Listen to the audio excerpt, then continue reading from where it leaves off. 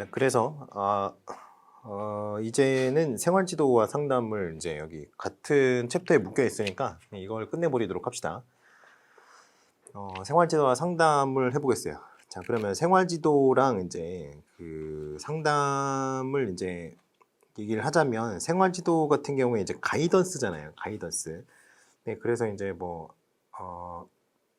심리 상담 같은 경우에 그거는 이제 이렇게 이제 어떤 문제 상황에 직면하는 사람들을 대상으로 한다면 심리 상담 같은 경우가 생활지도 같은 경우에는 문제가 없는 사람들도 대상이 됩니다.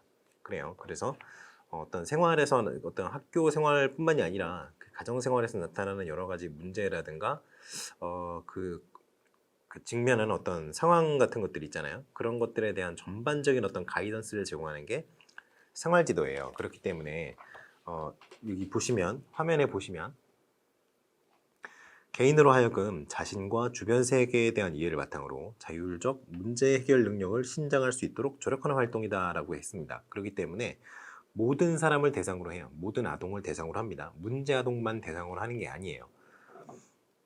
그래서 생활지도의 성격이 좀 중요할 수 있는데요. 정보를 제공하고 어떤 문제 상황이 아직은 없는데 앞으로 생길 수도 있잖아요. 그러한 어떤 그 징후가 포착이 되는 경우에 그걸 예방을 하고 또 어떤 뭐 도움이 필요한 상황 같은 게 있을 수 있어요. 문제 상황은 아니더라도 그런 도움이 필요한 활동에 대해서 도움을 제공하는 그런 성격의 활동이 생활지도와 상담에서 생활지도가 되겠습니다. 그래서 종합적으로 얘기를 하자면 아동의 성장을 촉진하는 적극적이며 종합적인 활동이다. 이렇게 얘기를 할 수 있을 것 같아요. 자, 생활지도의 목표가 이겁니다. 전인적 발달, 뭐 잠적 개발 뭐 다 좋은데요. 아무튼 그래요. 근데 여기가 중요해요. 생활지도의 영역, 여기가 중요합니다. 그래서 학생 조사 활동, 정보 제공 활동, 상담 활동, 정치 활동, 추수 활동 5가지가 있는데요. 학생 조사 활동 같은 경우에는 그냥 그 우리가 학습자 분석하는 것 있잖아요. 그 교수학습 이론 뭐 이런 교수학습 이론이나 교육 과정에서 얘기하는 거 학생 조사 활동 있죠. 그게 이제 학습자 분석과 관련된 거라고 보시면 됩니다. 이 생활지도 영역에서는. 그래서 생활지도에 필요한 여러 가지 이제 정보들이 있어요. 가정 환경이라든가 교우 관계라든가 뭐 여러 가지 그런 것들을 수집하는 단계가 바로 이 학생 조사 활동이라고 하면 되겠습니다. 정보 제공 활동 같은 경우에는 아동에게 여러 가지 이제 자료를 제공하는 거죠. 어떻게 네가 어떤 단계에 와 있고 네가 지금 어떤 상황이고 이런 걸 분석하는 그런 정보부터 시작해가지고 앞으로 학습을 어떻게 해야 되는지, 교우 관계를 어떻게 해야 되는지, 부모님과의 관계를 어떻게 해야 되는지 뭐 이런 것들 그리고 이제 뭐 그것뿐만이 아니라 뭐 예를 들어서 이제 사람들 앞에서 말을 하는 걸 좀 부끄러워하는 아동이 있다고 하면은 사람들 앞에서 말을 할 때는 어떻게 하는 것이 이제 부끄러움을 좀 줄이는 일이다라든가 이런 여러 가지 그냥 전반적인 거에 대한 어떤 그 정보를 제공하는 거예요. 그래서 교육 정보도 있고요, 직업 정보도 있고, 개인 정보도 있고, 뭐 사회적 정보도 있고 여러 가지를 줄 수 있습니다.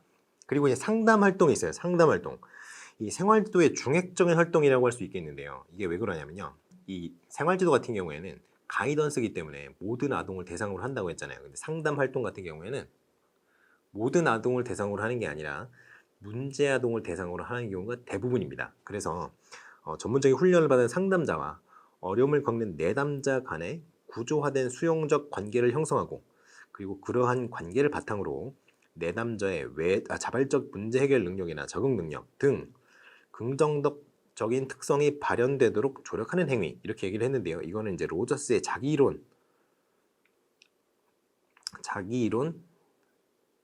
이론과 굉장히 밀접한 관련이 있는 그러한 정의인데요.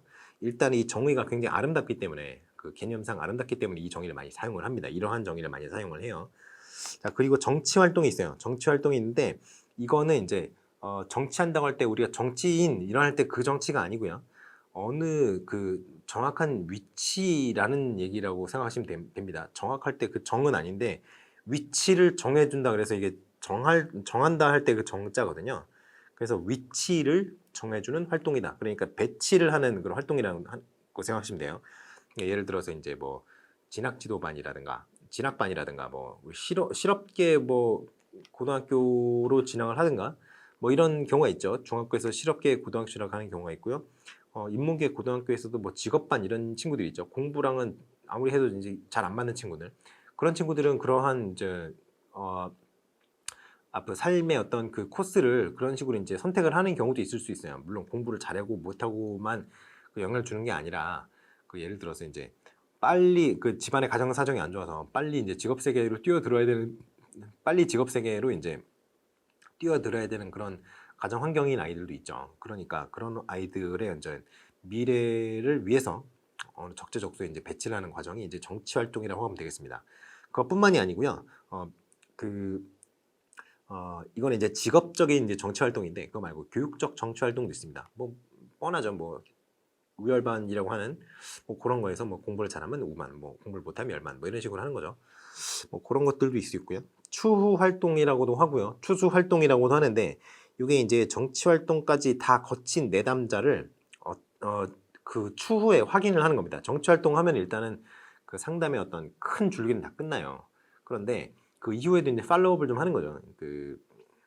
그래서 이제 그 잘 적응을 하고 있는지, 뭐 직업 활동을 했다고 하면은 직업 선택 활동을 했다고 하면은 그 뭐 인턴이나 이런 걸 나갔던 그 회사에서 잘 적응하고 있는지, 뭐 부당한 대우를 받고 있지는 않은지, 뭐 이런 것들도 확인을 해서 조치가 필요하면은 뭐 조치를 하는, 뭐 사실 조치하는 걸 보지는 못했습니다만 이론적으로는 일단 추후 조치를 하게 되어 있죠.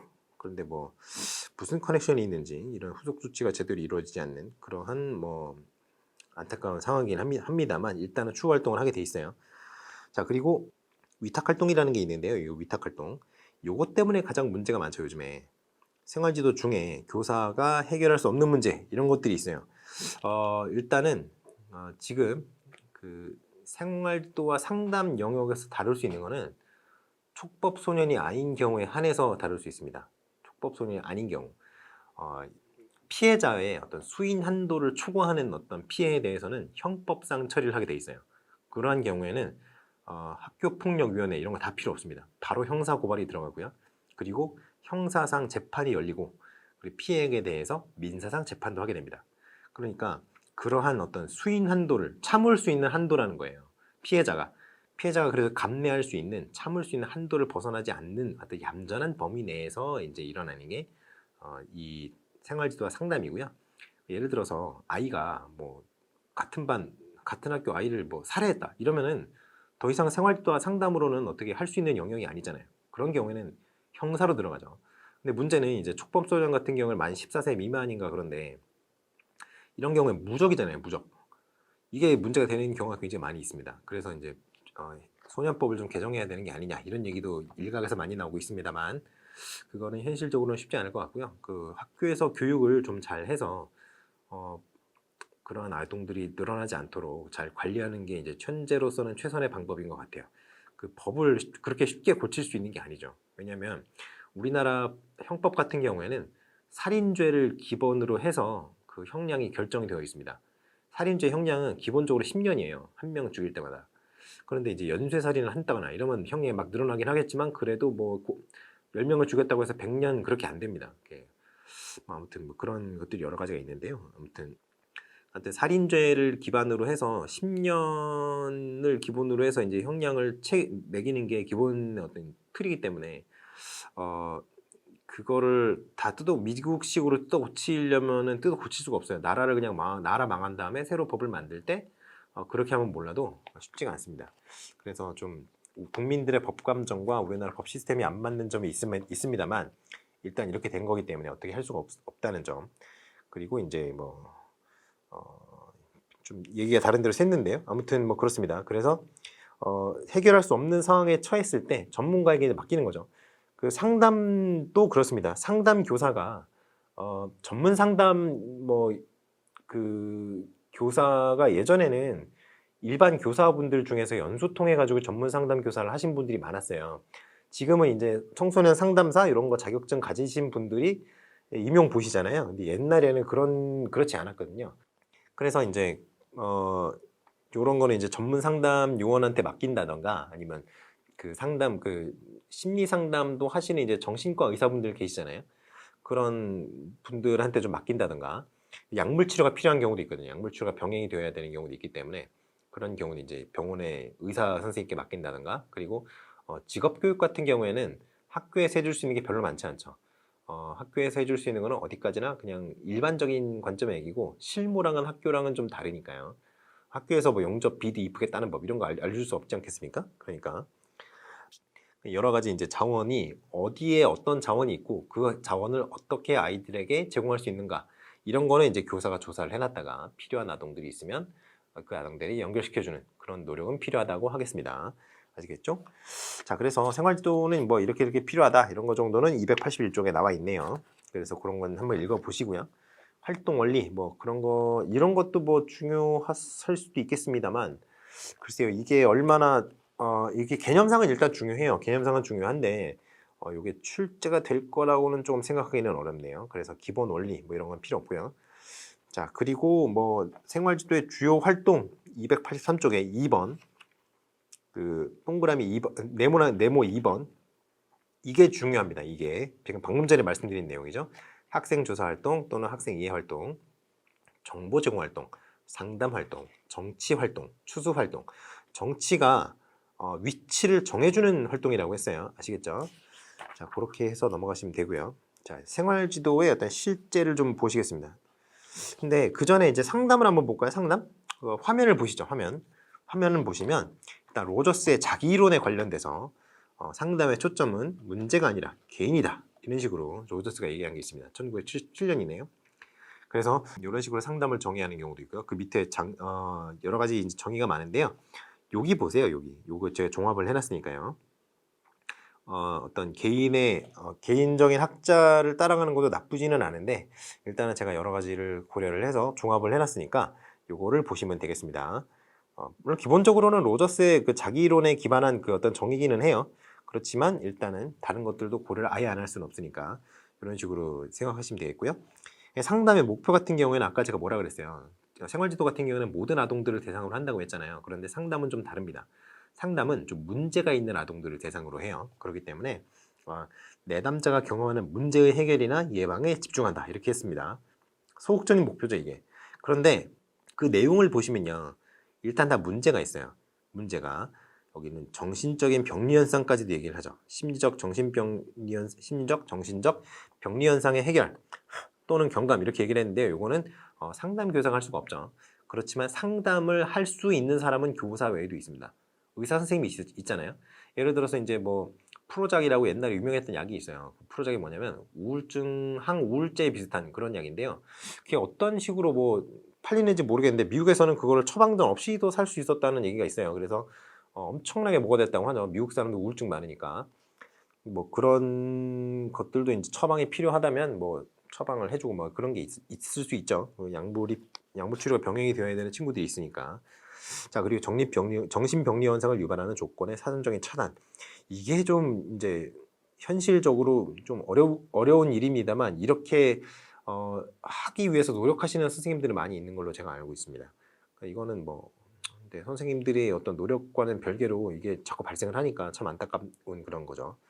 자, 적극적 목표가 또 중요하죠. 적극적 목표. 자, 그러면 요거는 이제 소극적 목표 같은 경우에는 어떤 느낌이에요? 대증적인 느낌이죠. 대증. 이게 뭐냐면요. 증상에 대응한다는 얘기예요. 그래서 어떤 현상이 발생을 하면 그 현상을 그냥 그 현상에만 딱 포커스를 맞춰서 그걸 해결하자.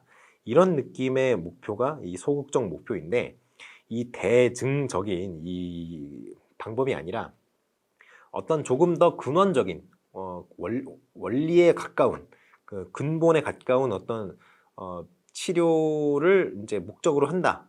상담을 목적으로 한다. 그러면 이제 이게 적극적인 목표가 되는 겁니다. 그래서 긍정적인 자아 개념이나 성격이라든가 정서의 함양이라든가 여러 가지 되게 예쁜 얘기들이 많이 있잖아요. 이렇게 어떤 구체적인 어떤 사례 중심의 해결이 아니라 굉장히 아름다운 얘기를 하는 것 같다. 왠지 그러면은 그게 이제 보통 적극적인 목표가 되는 거죠.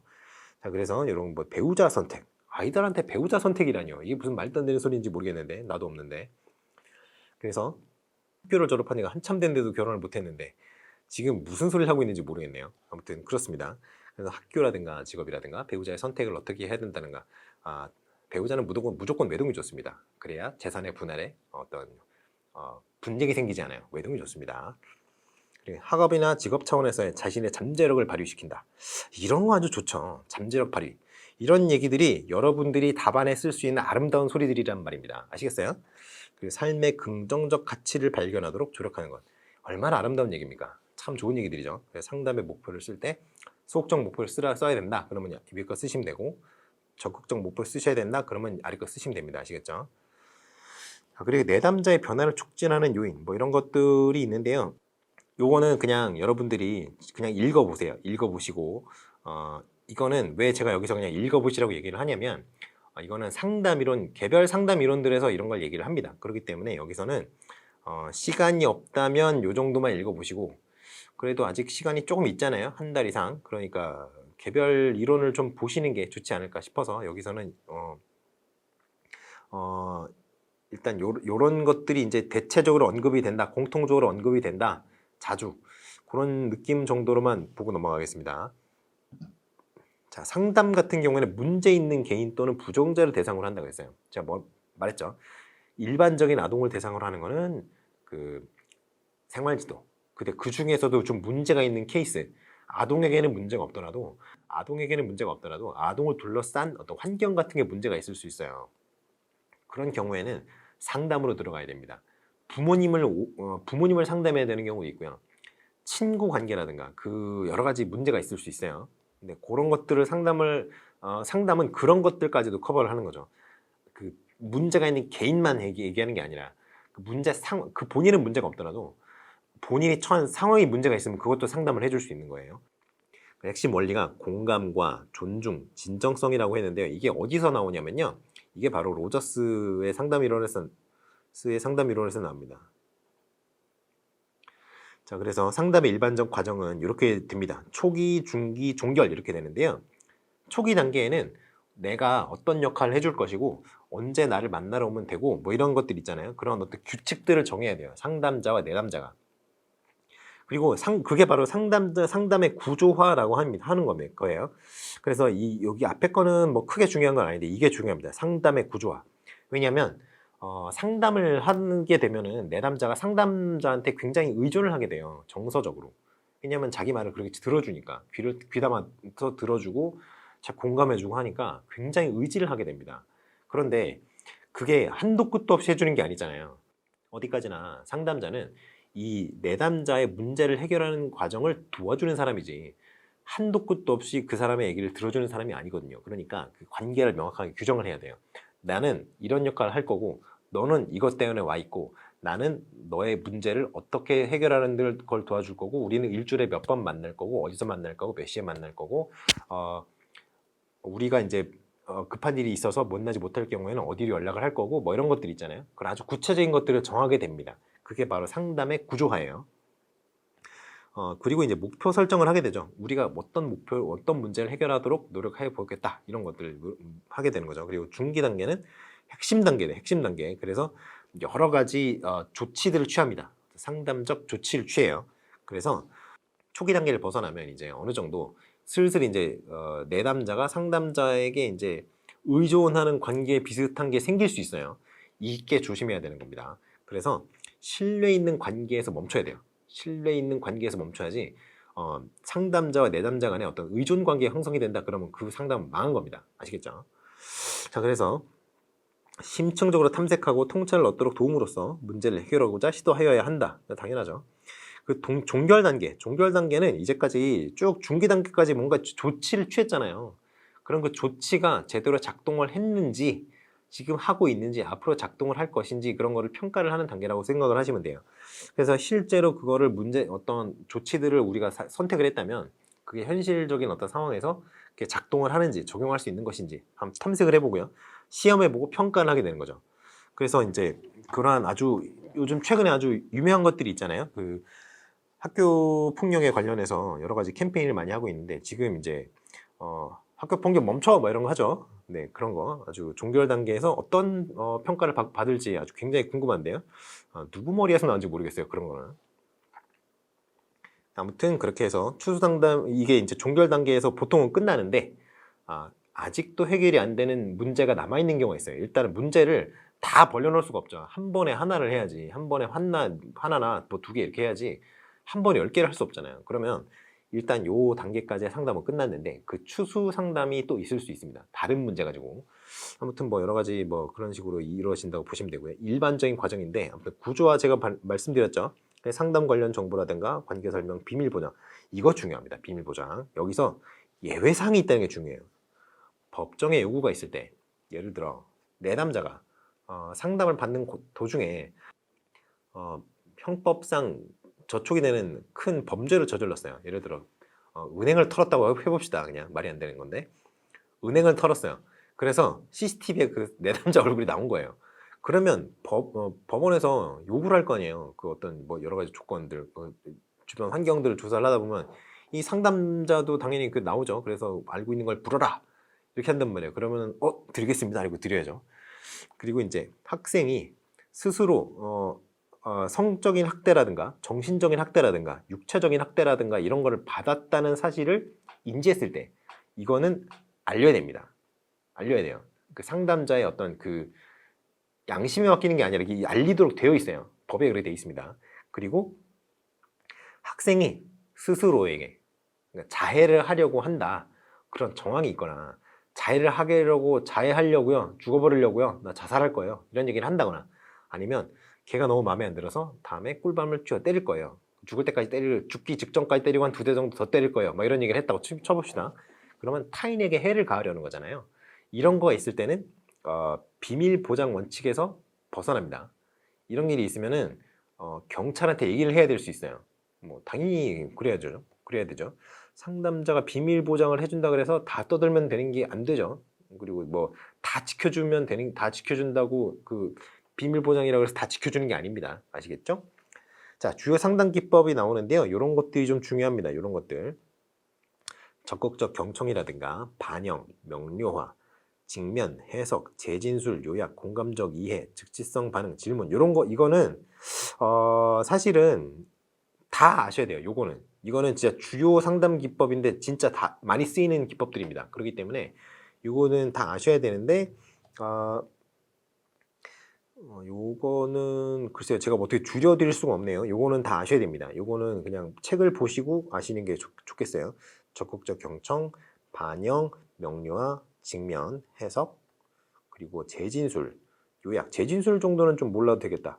요약, 공감적 이해, 그리고 즉시성 반응, 질문인데 이 질문이 좀 중요합니다. 질문이 나중에 이제 단기 상담 이론에서 이 질문이 굉장히 중요한 역할을 해요.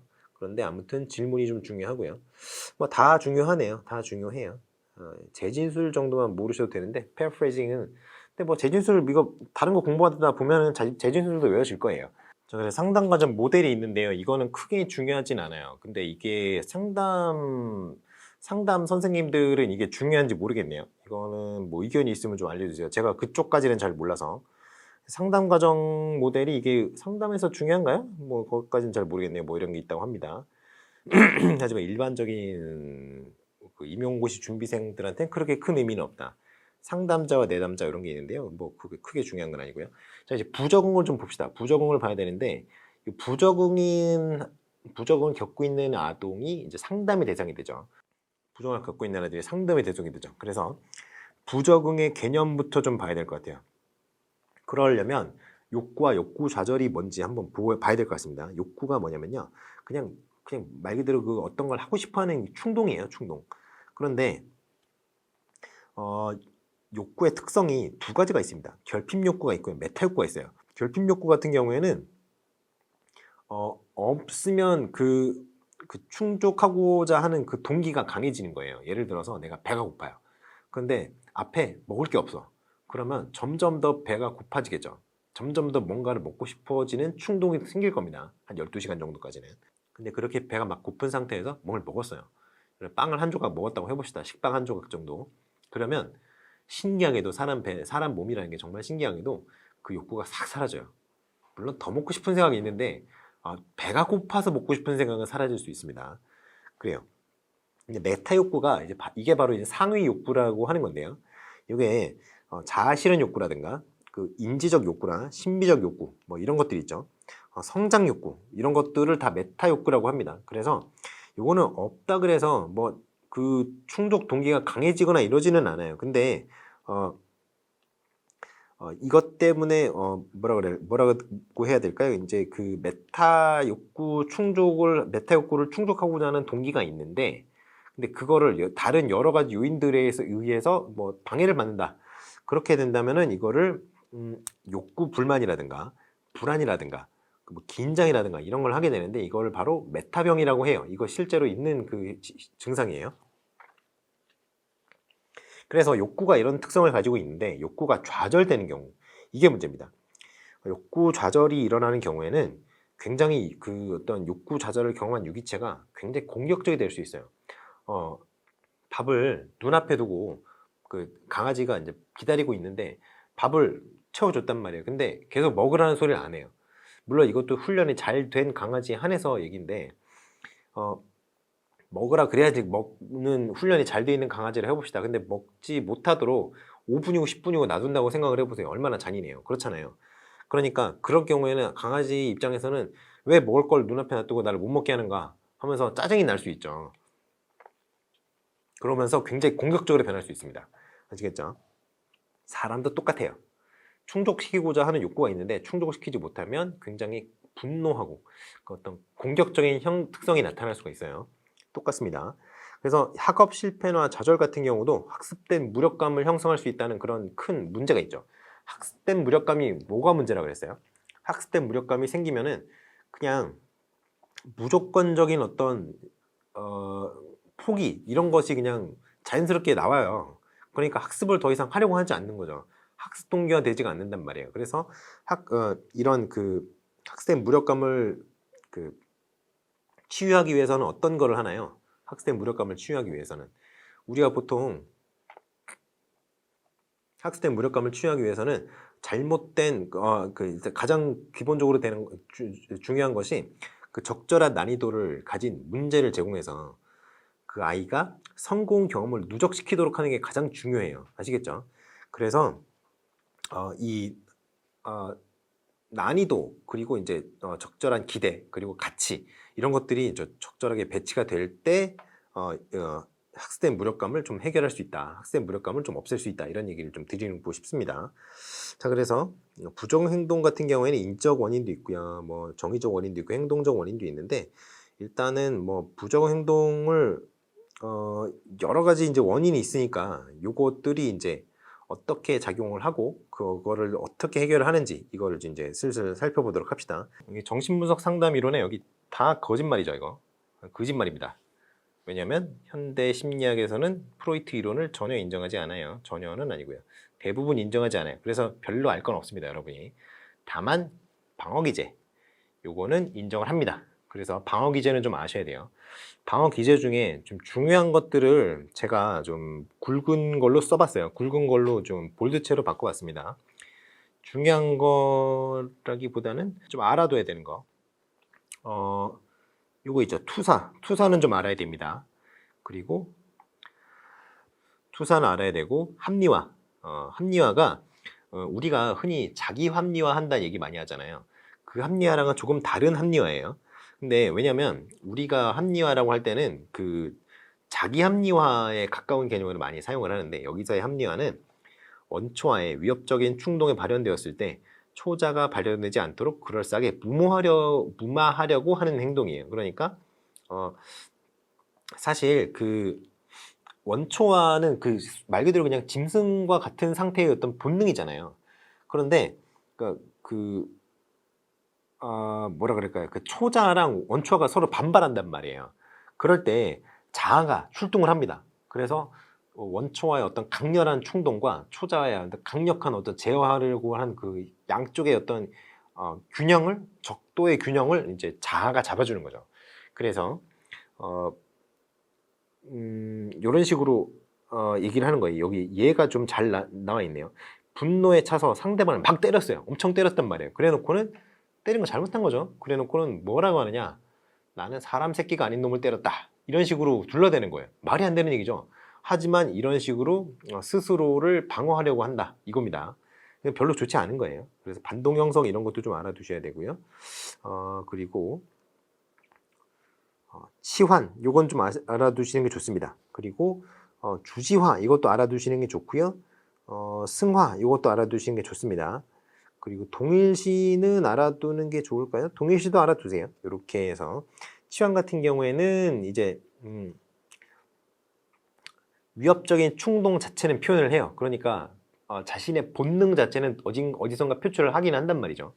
그러니까 본능 자체를 표출을 하지 못해서 오는 그런 스트레스 상황으로부터는 좀 자유롭죠.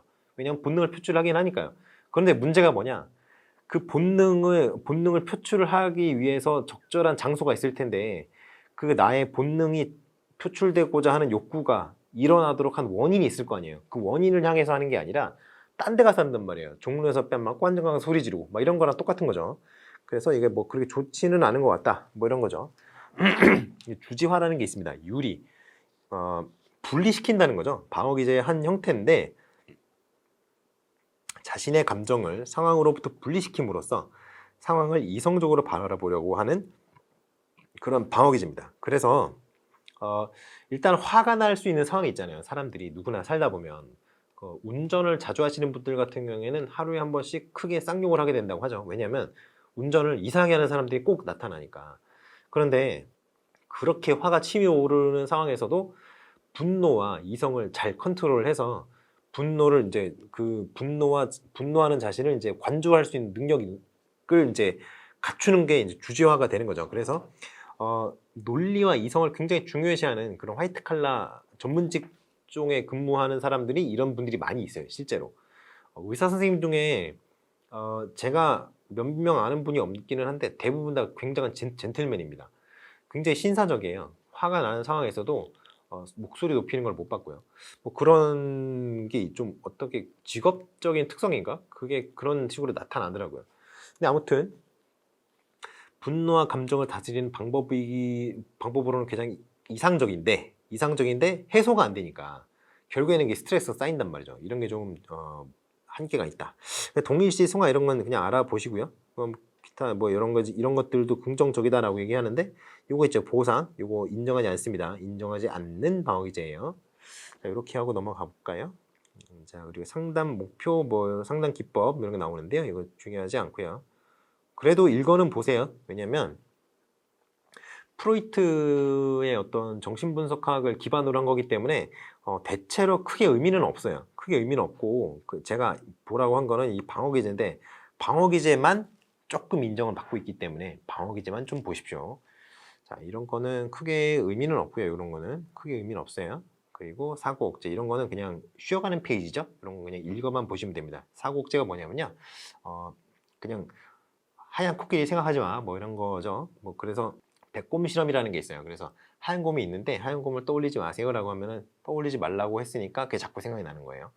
그래서 이제 그런 걸로 우스갯소리 하는 사람 있죠. 이제 자기가 좋아하는 썸을 타고 있는 남성분이나 썸을 타고 있는 여성분한테 내 생각하지 마 그러면은 더 생각이 날 거야 라고 생각하는 사람들이 있는데 사람은 그렇게 단순하지 않습니다.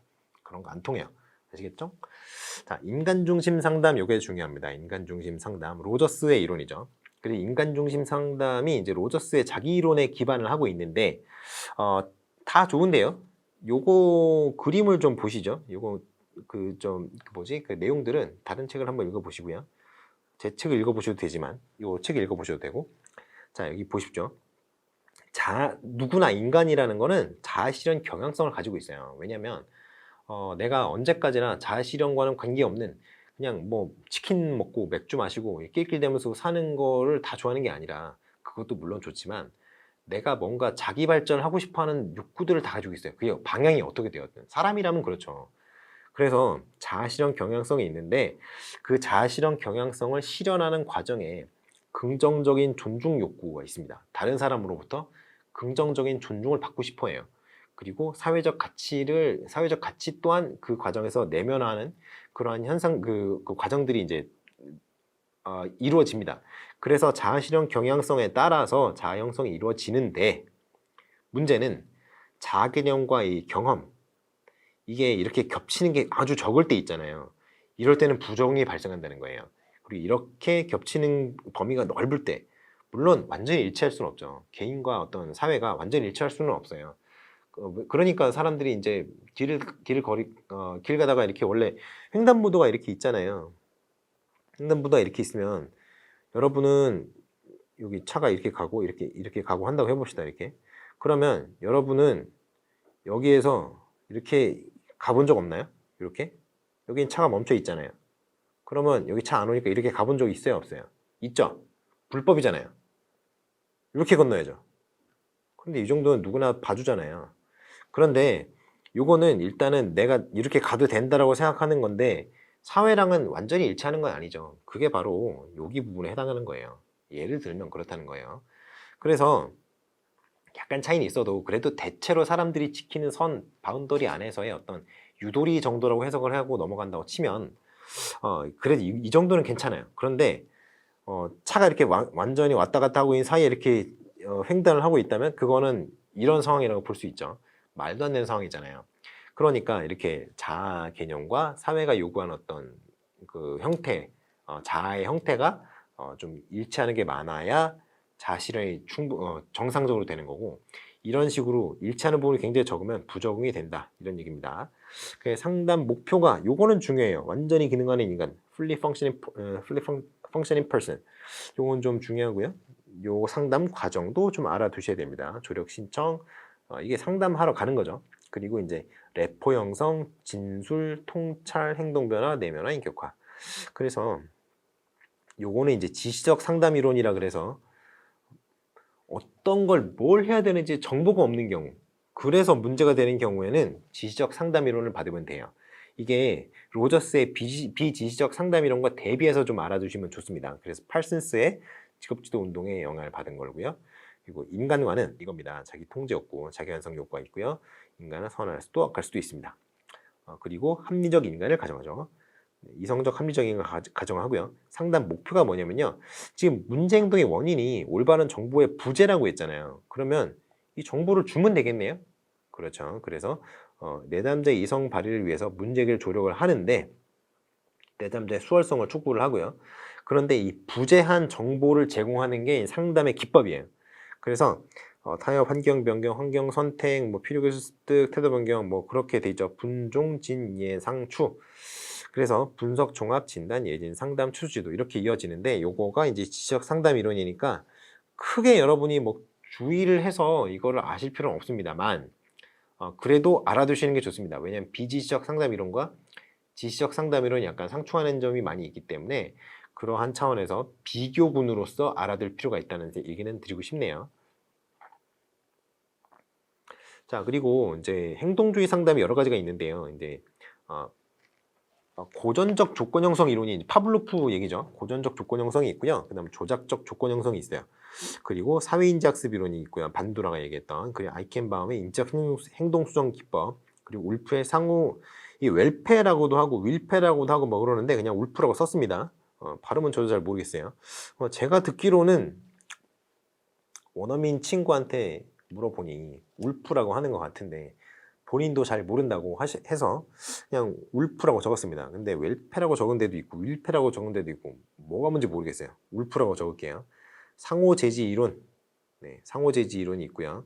그리고 이 정도를 공부하시면 되는데 글쎄요, 저는 그냥 간단하게 이렇게만 얘기하고 넘어가겠습니다. 이 페이지에 그래서 이제 고전적 조건화 이론에서는 어떤 학습 원리를 통해서 그 공포 반응이라든가 뭐 정서 반응 이런 것들도 다 학습을 시킬 수 있다고 보는 거예요. 근데 고전적 조건화는 어떤 거예요? 그 연구자가 그 반응이 일어나도록 이미 다 세팅을 해놓고 그 세팅한 환경에 그 피험자를 집어넣습니다. 피험자를 집어넣어서 무조건 그 반응이 그 어떤 반응을 경험하게 만들어요. 무조건. 그게 이제 고전적 조건화고 조작적 조건화는 연구자가 어떤 환경을 다 세팅을 해놔요. 환경을 세팅을 해놓는데 피험자 입장에서는 우연히 어떤 내가 이득이 되는 걸 뭔가 획득하게 되는 그러한 형태로 구성이 되어 있죠.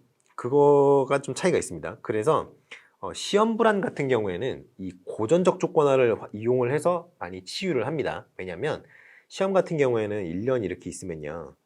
여기 1학기, 2학기잖아요. 그럼 중간 이쯤 보고 기말 이쯤 보겠죠. 여기도 중간 이쯤 보고 기말 이쯤에 봅니다. 그래서 이런 경우에는 그 수행평가 같은 경우에는 사실 그 시험 불안이 별로 나타나지 않아요. 왜냐하면 부담이 별로 없으니까. 그런데 이런 정례화된 어떤 정기화된 고사 같은 경우에는 시험 부담이 굉장히 강력해지죠. 그래서 이런 경우에는 이제 아예 시험 일정들이 대충 나와 있잖아요. 그래서 고전적 조건화 이론이 더 잘 들어맞는 겁니다. 아시겠죠? 사회인지학습 이론 같은 경우에는 이게 뭐냐면요. 내가 직접 안 해보고 사회적인 어떤 관계를 통해서 인지하더라도 학습이 된다 이런 거죠. 자, 그래서 인지적 측면을 강조하는 그런 게 이제 사회인지 학습 이론이고요. 인지적 행동 수정 마이켄바움이 얘기한 건데요. 이거는 인지 변화하는 그 어떤 기법, 인지를 변화시키는 어떤 방법을 학습함으로써 행동의 변화를 유발할 수 있다 이런 얘기를 하는 그런 이론입니다. 그래서 자기 교습 훈련이라든가 스트레스 예방 훈련이라든가 이런 것들이 이제 마이켄바움의 인지적 행동 수정 이론에 기반을 하고 있는 그런 방법들이에요. 상호제지 이론 같은 경우에 뭐냐면요. 어떤 신경정적인 반응이 있다고 합시다. 안 좋은 걸 하고 있어요. 그런데 그 안 좋은 반응을 보이는 게 이미 학습이 되어 있기 때문에 A라는 반응이 들어오면 무조건 A라는 입력이 들어오면 굉장히 부정적이지만 A'이라는 이 반응이 나가고 있어요. 이렇게 사람이 이렇게 있으면. 그런데 이게 강도가 있을 거 아니에요. A가 들어오는 인풋 값에 강도가 있을 거 아니에요. 여기 사람이라고 하면.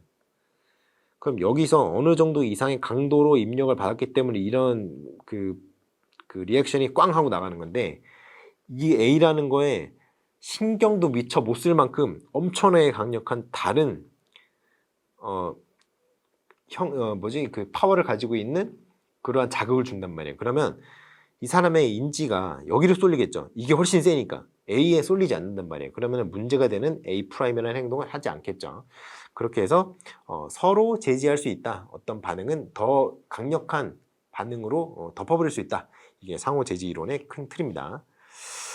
자, 그래서 쭉 넘어가 보시면요. 요거는 좀 알아두시는 게 좋습니다. 체계적 둔감법, 그리고 혐오 치료, aversion theory, 테라피 뭐 이런 거 있고, 역조건 형성, 요것도 좀 괜찮아요. 좀 알아두시는 게 좋아요. 그리고 탈조건은 필요 없고요. 그리고 행동 조형, 쉐이핑이라고 하는데요. 쉐이핑입니다. 조형이라 그래서 쉐이핑이라고 하는 거예요. 요거 행동 조형의 단계, 행동 조성의 단계, 요거는 좀 알아두시는 게 좋습니다. 행동 연쇄법이 뭐냐면요. 요 행동 조성 있잖아요. 이 행동 조형을 이렇게 한 단계가 요 전체가 요거 하나라고 해봅시다. 1번이 끝나면은 이거에다가 또 1번을 또 2번에다 연결시키고 이렇게 하는 게 행동 연쇄법인데, 문제는 이게 뭐라고 해야 되나, 이게 전체를 이렇게 부분으로 쪼갠 다음에 이렇게 하는 거거든요. 그래서 문제가 나기보다는 방법이 두 가지가 있는데, 이렇게 하는 방법이 있고요. 아니면 맨 마지막에 결과를 도출해내는 그 행동이 있을 거 아니에요. 행동의 서브 클래스들이 있을 거 아니에요. 그 서브 클래스에 맨 뒤에서부터 하나씩 앞으로 붙여서 이렇게 오는 거, 아니면 여기서부터 시작해서 하는 거. 아무튼 화살표는 똑같은데 화살표가 붙는 그 순서가 좀 달라지겠죠. 그래서 그러한 방법이 있고요. 그래서 이제 그 맨 처음에 행동부터 이제 마지막 결과가 나오기 직전의 행동까지를 이제 쭉 순서대로 하면은 포워드, 전향적이고요. 그 행동의 결과부터 해서 제일 처음에 그 행동을 시작을 했던, 그 이니시에이션 했던 그 부분까지 거슬러 올라가면 이제 백워드가 되는 겁니다. 자, 프리맥 원리. 이거는 좀 중요하기는 해요. 이게 왜 중요하냐면은 빈도수가 높은 거 있어요. 예를 들어서 코를 파는 행위를 한다고 해봅시다. 코를 파는 행위. 코를 파는 행위가 누구나 다른 사람들 없는 데서는 코를 팔 수 있는데 그게 빈도가 높은 사람이 있잖아요. 코를 유독 자주 파는 사람이 있고 별로 안 파는 사람이 있고 그렇죠. 예를 들어 독일 축구 국가대표팀 감독이었던 레브 감독 같은 경우에는 그냥 사람들이 뭐 7만 명씩 모이는데 거기서 코 파고 막 이러죠. 그러니까 그렇게 코 파는 행위가 빈도수가 높다면 그것보다 빈도수가 낮은 행위가 있을 거 아니에요. 예를 들어 사람들 앞에서 방귀를 뀌는 행위를 한다고 해봅시다. 근데 어느 게 더 빈도가 높은지는 잘 모르겠습니다만 더 빈도수가 높은 행위가 더 선호가 높은 게 아니겠느냐라는 거예요. 이 프리맥 원리는. 그게 그냥 가정입니다. 가정. 그렇다는 게 아니라. 그래서 빈도수가 높은 행위는 빈도수가 낮은 행위에 대해서 강화물로 기능할 수 있다는 거예요. 그러니까 어차피 그 행위를 하는 걸 좋아하니까 그 행위를 할 때마다 빈도수가 낮은 행위를 할 때마다 빈도수가 높은 행위를 할 수 있는 기회를 주는 거예요. 예를 들어서 사람들 앞에서 방귀 뀌는 행위를 별로 안 하고 사람들 앞에서 코 파는 행위를 많이 한다고 해봅시다. 그러면 코 파는 걸 좋아한다는 얘기 아니에요. 사람들 앞에서 코를 그렇게 많이 파니까. 그러면 네가 별로 하지 않는 행위, 사람들 앞에서 방귀 뀌는 행위, 뽕 하고 방귀 뀌는 행위를 하면은 사람들 앞에서 코를 팔 수 있는 기회를 줄게. 그러면 이제 사람들 앞에서 방구를 자꾸 끼게 된다는 거예요. 왜냐면 사람들 앞에서 코를 파고 싶으니까. 뭐 그런 거죠. 토큰 경제, 이게 토큰 시스템이라는 건데 이게 상징물이에요. 상징물, 토큰. 이 상징물을 어떤 화폐처럼 사용할 수 있도록 해주는 겁니다. 화폐는 아니고요. 일단은 강화물로 작용할 수 있도록 하는 거죠. 그래서 제가 아는 초등학교 선생님 여자애가 하나 있는데요. 근데 걔가 그런 얘기를 하더라고요. 초등학생 저학년, 한 5학년, 4학년 정도까지는 남자 초등학생은 거의 짐승에 가깝다고 합니다.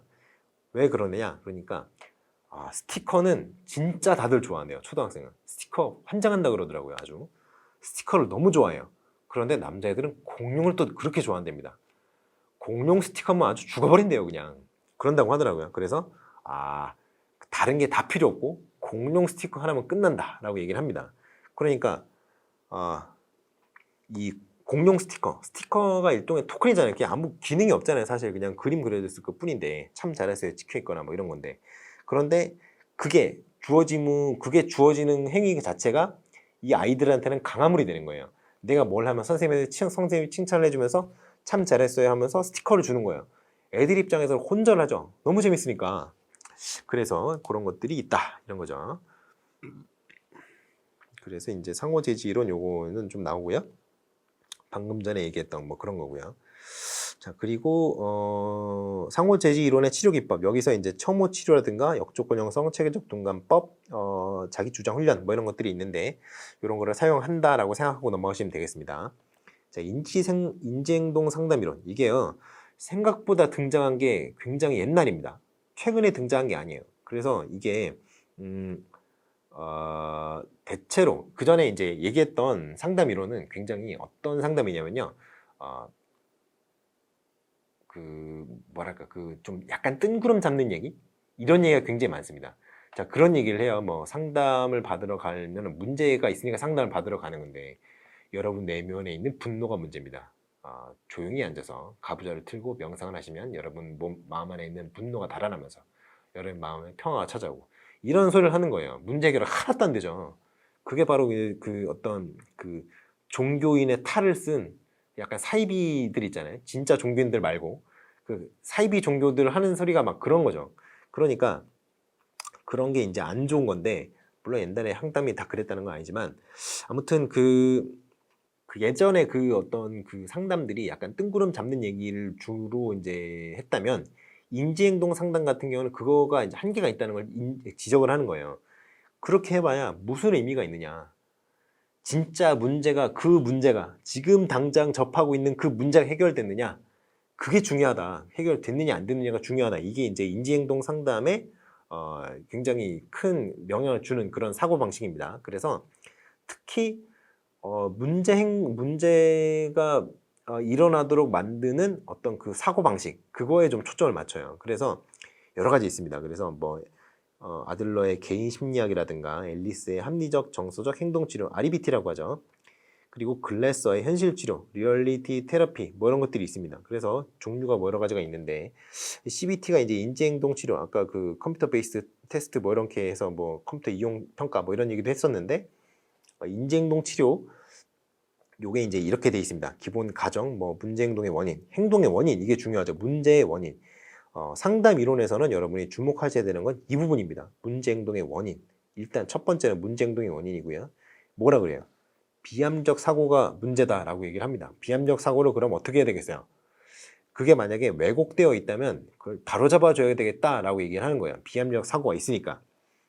그래서 이 인지행동 치료 같은 경우에는 왜곡된 사고의 원인이 부모의 어렸을 때 부모의 양육 태도 때문이다라고 얘기를 하는 거예요. 그래서 아무튼 쭉쭉 나가서 인지행동 치료의 의의 뭐 이런 거 그냥 쭉 보시고요.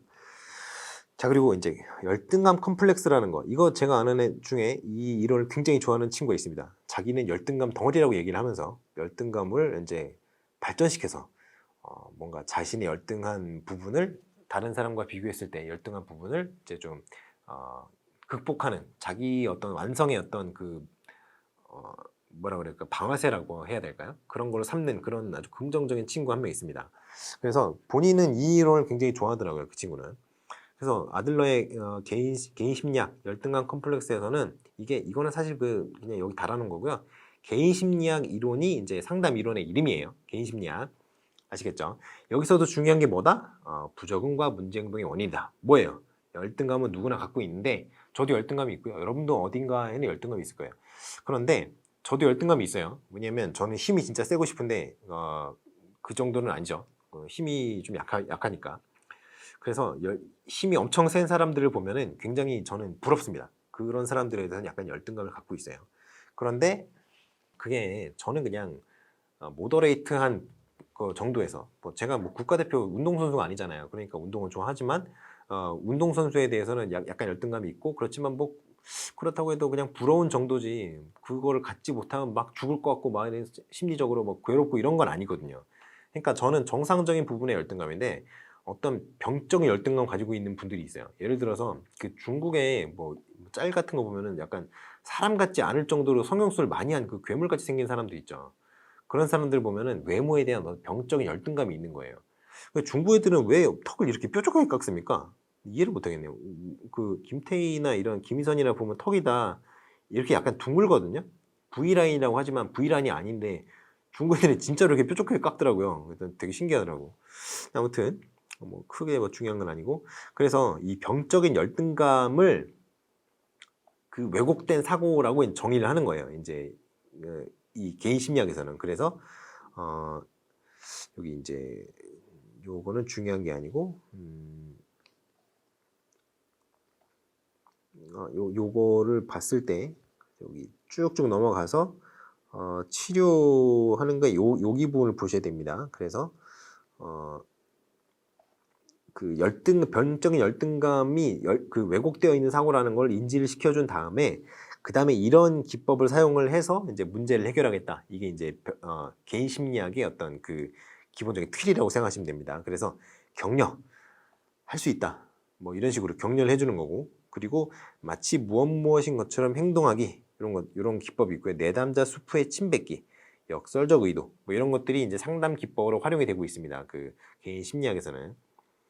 그래서 아무튼 그 생활 양식의 뭐 4가지 유형이다 뭐 이런 거 얘기를 하는데 요거는 제가 보기에는 그냥 알아두면 좋지만 몰라도 되는 뭐 그런 느낌이에요. 그래서 여기 이제 그 개인 심리학 같은 경우는 사실 출제는 쉽지는 않은 부분이기는 하나 이거는 그래도 알아두셔야 될 것 같아서 짚고 넘어가 봤고요. 그리고 REBT 이거는 무조건 아셔야 되죠. 이건 무조건 아셔야 됩니다. 그래서 여기 보시면 REBT의 문제 행동의 원인은 비합리적인 행동이라고 얘기를 했습니다. 그래서 여기 요 비합리적인 신념, Irrational Behavior라 그래서 IRB라고 하죠. 그래서 비합리적 신념이 문제인데요. 요 선행 사건이 문제가 아니라 그 비합리적인 신념이 만들어지게 된 원인을 제공한 선행 사건이 문제가 없습니다.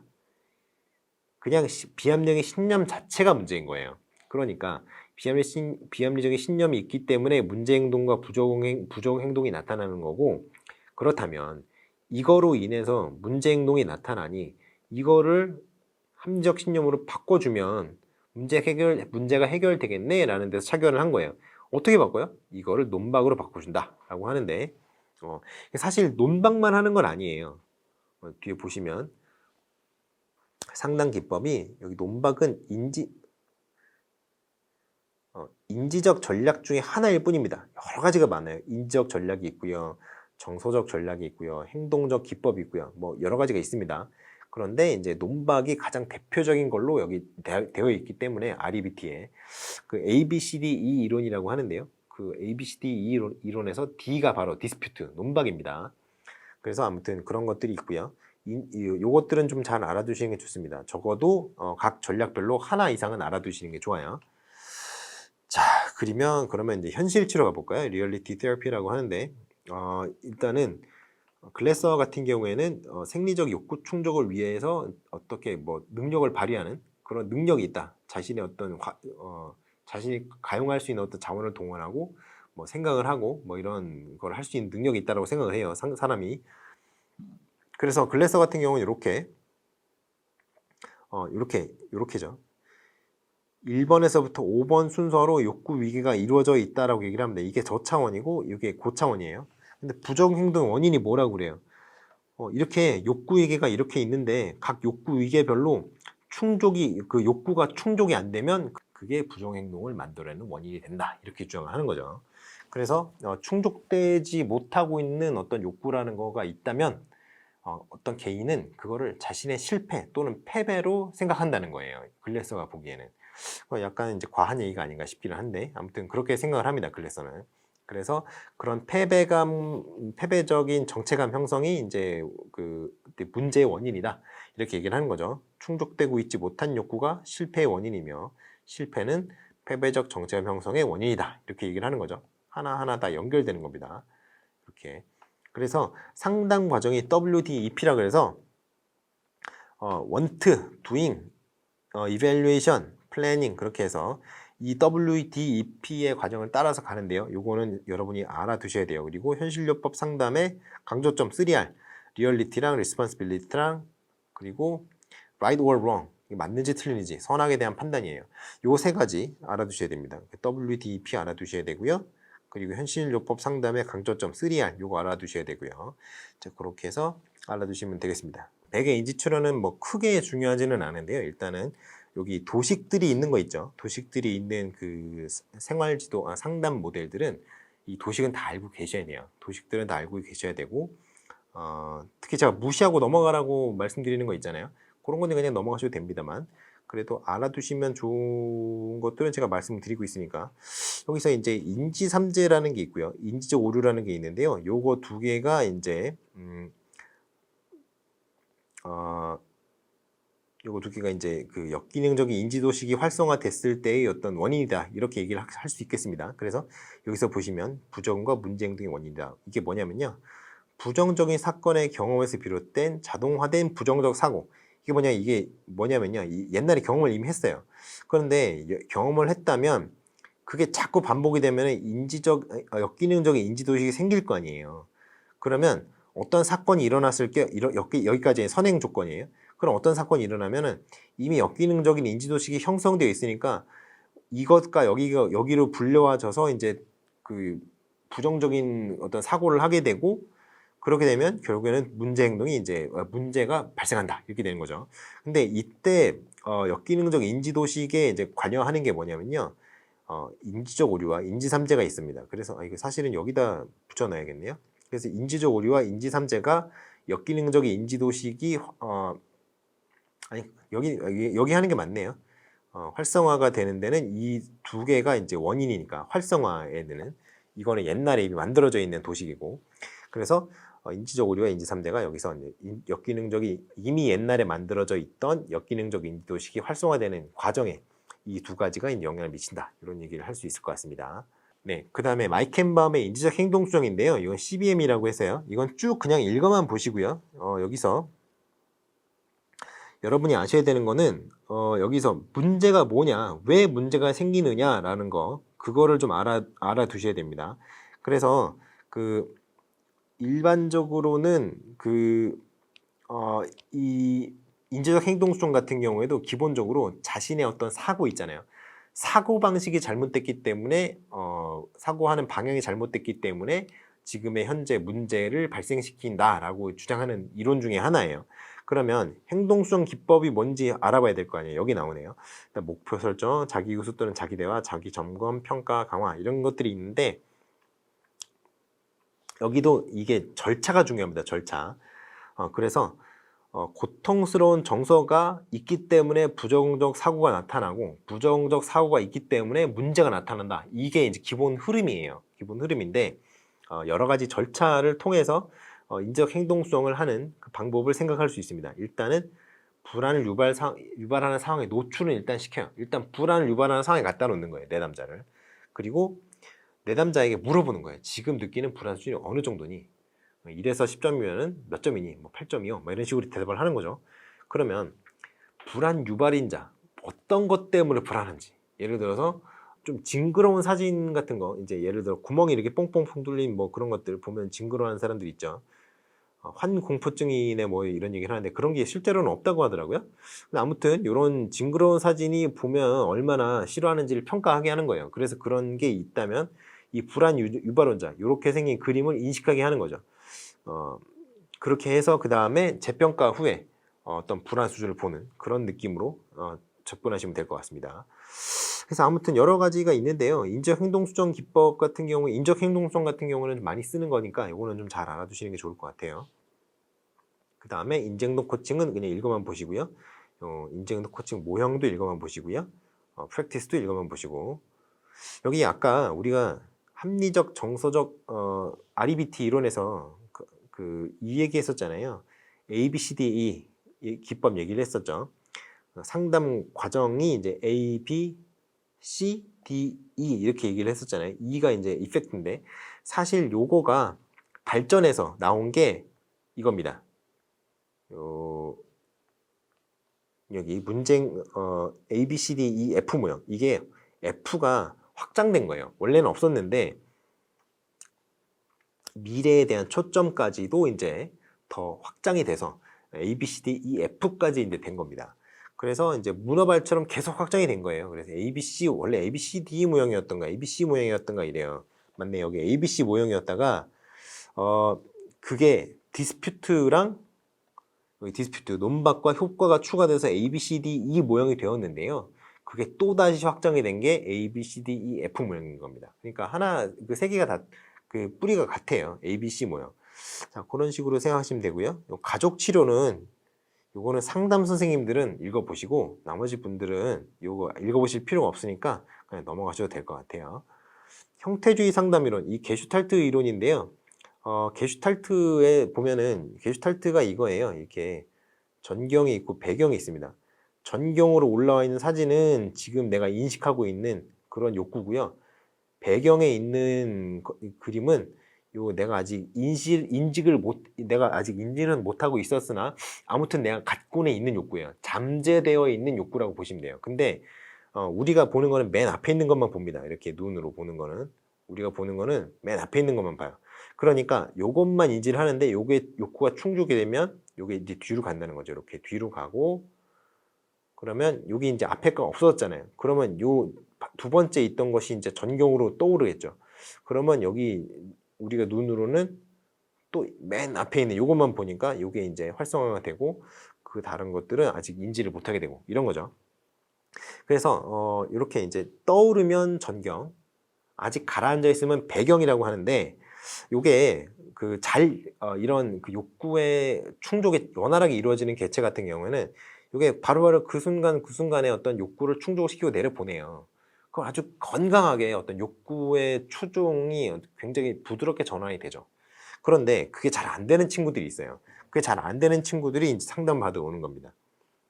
그래서 어려운 얘기들이 굉장히 많은데요. 여러분이 미해결 과제라든가 뭐 이런 게 나온다. 여기 그 키워드니까요. 미해결 과제가 나온다. 그러면 게슈탈트 이론이구나. 이렇게 아시면 될 것 같아요. 그래서 미해결 과제가 계속 누적이 되는 이유는 바로 이것 때문이에요. 접촉 경계 혼란 때문에. 근데 이게 어디까지 얘기를 해야 될지는 모르겠습니다만 일단 간단하게 얘기를 하면 아까 제가 이 얘기 했었잖아요. 여기 전경과 배경 얘기했었잖아요. 근데 사람이 맨 위에 있는 것만 인지를 한다 그랬잖아요. 그래서 그거에 집중을 하게 되고 그게 해소가 되면 이제 배경으로 내려가고 이렇게 된다고 얘기를 했는데 이 접촉 경계 혼란 같은 경우에는 이 전경과 배경의 어떤 구분이 명확하지 않은 거예요. 쉽게 말하면. 그러니까 해결을 했다고 생각을 했는데 그게 아직까지 활성화도 제대로 되지 않은 거를 해결하려고 그러면 해결도 일단 안 될 거고 일단. 그리고 활성화된 거를 가지고 해결이 됐다라고 생각을 했는데 제대로 해결을 다 한 게 아닌 상태에서 이게 경계가 혼란하니까 배경으로 내려가 버리려고 그러는 거예요. 그러면 이게 뭐 해소가 완전히 안 된 상태니까 뭔가 쌓여 있는 게 있겠죠. 그런 경우에 이제 게슈탈트에 이제 문제가 생긴다는 거예요. 접촉 경계 혼란에 이런 여러 가지가 있는데 이렇게까지는 알 필요는 없고요. 요거는 좀 알아두셔도 나쁘지 않습니다. 요거는 외우라는 게 아니라 이런 식으로 이루어지는구나라고 이해를 돕기 위해서 실어놓은 거기 때문에 요거는 그냥 참고서만 읽어보세요. 참고입니다. 참고. 여기 부분 있죠. 여기 부분은 여러분이 외워야 된다라고 얘기하는 부분이 아니고요. 여기 부분 알아두시면 좋다라는 느낌으로 이런 식으로 어떤 알아차림 접촉 주기가 그 반복이 된다. 이 순서로 흘러간다 이겁니다. 그래서 뭐 알아차림 접촉 주기에 어쩌고저쩌고 얘기를 해 놓았는데요. 이렇게까지 자세한 내용을 여러분이 아셔야 될 필요는 없습니다. 그러나 어떤 상담의 목표가 뭐냐면 이 체험의 요런 거 정도는 알아두셔야 되는 게 있죠. 체험의 확장이라든가 통합이라든가 자립, 책임의 자각, 성장, 실존적 삶 이런 거죠. 그래서 어떤 게슈탈트를 건강한 상태를 유지하는 게 이제 게슈탈트 상담의 어떤 목적이 되겠습니다. 아시겠죠? 이렇게 해서 뭐 요거는 이제 그렇다고 하시면 되고요. 그래서 이제 부정 행동의 원인인데요. 게슈탈트 상담 이론에서는 부정 행동의 원인을 여러 가지를 봅니다. 그래서 부정 행동의 원인으로 이게 각성의 결여라든가 책임의 결여라든가 아무튼 결여인 경우가 좀 있고요. 그리고 환경과의 접촉 상실 뭐 이런 것도 있습니다. 미해결 과제 또는 미완성 게슈탈트 이런 것도 있고요. 욕구의 부인, 양극화 뭐 이런 것도 있습니다. 자, 그래서 여러 가지 이제 뭐 그 원인으로 인해서 이제 문제가 발생을 하는데 이 상담 기법들이 여러 가지가 있으니까 요거는 쭉 한번 읽어보시는 걸로 하세요. 그러면 될 것 같고요. 그리고 행동주의 상담과 형태주의 상담. 행동주의 상담은 이제 뭐 그 조건화를 이제 얘기를 하는 거죠. 여러 가지 조건화 이론. 그러니까 조건화 이론에 기반을 둔 상담 이론들을 얘기를 하는 거고요. 형태주의 상담 이론은 이제 게슈탈트 상담 이론이다. 얘기를 하면 될 것 같습니다. 그래서 이것도 그냥 알아두신다기보다는 그냥 한번 쭉 읽어보고 넘어가세요. 필요한 게 있으면 그거는 좀 배우셔야겠죠. 공부를 하셔야겠죠. 번외 의사교류 분석 상담이라는 게 있어요. 근데 요거는 요거 정도만 알면 될 것 같습니다. 요거랑 요 전제 상담 목표 다네요. 그렇죠. 요거 그냥 알아두세요. 나머지 요거는 생활각본 뭐 이런 게 있는데요. 요 자세 욕구 요런 거 자기 긍정, 타인 긍정 이게 제일 좋다. 이게 제일 베스트. 뭐 이런 거 정도만 알고 넘어가시면 될 것 같습니다. 그래서 요 전제랑 상담 목표, 상담 과정 요 세 가지랑 요 자세 욕구 뭐 요거는 필요 없고요. 요런 거 정도 알면 될 것 같습니다. 그래서 자아 상태가 어린이 상태, 어린이 자아, 부모 자아, 그리고 뭐 어른 자아 이렇게 세 가지가 있는데 이게 요런 게 서로가 이제 잘 상호작용이 잘 이루어지면 괜찮은데 어느 한쪽에 어떤 크게 뭐 비중이 쏠린다거나 이러면 문제가 된다. 이게 이제 의사교육 분석 상담의 어떤 그 기본 틀이라고 할 수 있겠어요. 자, 그래서 문제행동의 원인이 여기 나오죠. 문제행동의 원인. 어느 자가 크게 기능하느냐 이게 문제인데 어느 하나 이상에서 문제가 생겼을 때는 이 전체적인 균형이 깨지기 때문에 문제가 생긴다 이렇게 되는 거죠.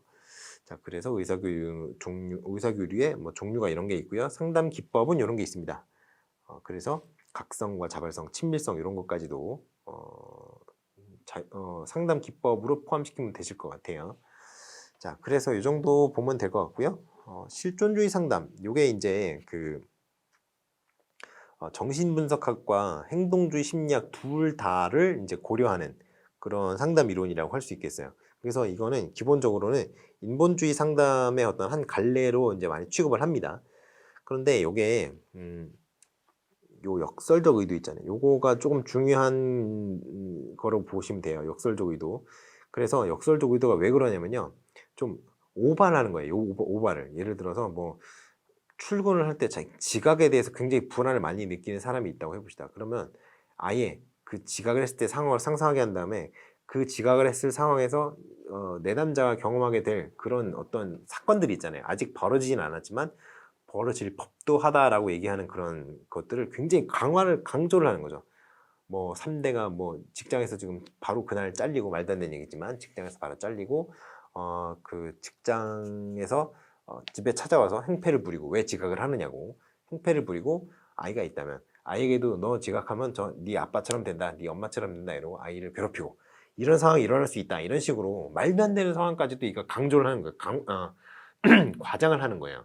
그러면 이게 듣다 보면 이게 말이 안 되는 게 웃기잖아요. 그게 포인트입니다. 그래서 당신이 지금 고민하는 그 고민이 사실은 이렇게 웃을 수 있는 그런 종류의 고민이다라는 거를 이 역설적 의도라는 기법을 통해서 느끼게 해주는 방법이에요. 이게 좀 웃기는데 아무튼 강박신경증의 어떤 사례를 다루는데 굉장히 유용하다고 합니다. 그래서 이제 상담 목표, 상담 기법 이런 거 정도는 알아두시면 좋고요. 그래서 소크라테식 대화 이것도 좀 중요하고요. 자, 그래서 이렇게 실존주의 상담을 대충 얘기를 했고요. SFBC, 자, Short Focused, Solution Focused Brief Counseling이라고 하는데 해결 중심 단기 상담. 이거 만드신 분 중에 김인수라는 분이 있어요. 이거를. 근데 일제시대 때 분이 이제 만드셨는데 일제시대 맞나? 태어난 게 일제시대에 태어나셨죠. 해방 전에 이제 태어나셨으니까. 그리고 미국으로 건너가셔서 그 당시에 대학이 우리나라에 거의 없었던 그 당시에 이화여자대학교를 나오셔서 미국으로 건너가셔서 박사까지 하시고 교수도 하셨던 아주 굉장한 재원입니다. 이분은. 그래서 이분이 이제 미국인이랑 결혼하셔서 미국인이 되셨어요. 나중에. 그랬는데 아무튼 저는 김인수가 있어가지고 이게 우리나라 이름같이 생겼네라고 생각했는데 찾아보니까 진짜 우리나라 분이었어요. 우리나라 출신. 그래서 정말 놀랐죠. 그런데 아무튼 이분이 이제 만드신 그런 기법 중에 하나입니다. 상담과 관련돼서 전 세계의 해결 중심 단기 상담을 다루고 있는 책이라면 이분의 이름이 실려 있다. 아주 자랑스러운 분이 아닐 수 없습니다. 아무튼 그래요. 그래서 이 해결 중심 단기 상담 같은 경우에는 약간 허황돼 보일 수 있습니다만 그 상담 내담자에 따라서는 일단은 기본 전제가 모든 내담자는 어떤 문제를 접했을 때 그 문제를 해결할 수 있는 방법을 이미 갖고 있다라는 전제에서 출발을 해요. 근데 이미 갖고 있는 해결책을 갖고 있으니까 그리고 모든 내담자는 그 문제를 해결하고 싶어 한다라고 전제를 해요. 그러니까 상담자와 내담자 간의 어떤 불화라든가 비협조라든가 이런 건 있을 수 없다고 생각을 하죠. 그래서 이 해결 중심 단기 상담에서 가장 많이 사용하는 게 뭐냐? 이게 바로 이겁니다. 질문이에요. 질문. 치료 목표 설정 years 이런 거 있는데 이거는 그냥 그 전체적인 어떤 그 흐름이 이렇게 흘러간다는 걸 그냥 보시면 되는 거고요. 이겁니다. 치료자의 역할 그리고 해결 지향적 질문. 질문이 좀 더 중요해요. 그래서 상담점 변화에 대한 질문이라든가 예외 질문이라든가 기적 질문이라든가 이런 여러 가지 질문들을 통해서 상담자와 내담자 간의 어떤 아이디어의 공유, 그 현재 상황에 대한 어떤 팩트의 공유 이런 것들이 이루어지고요.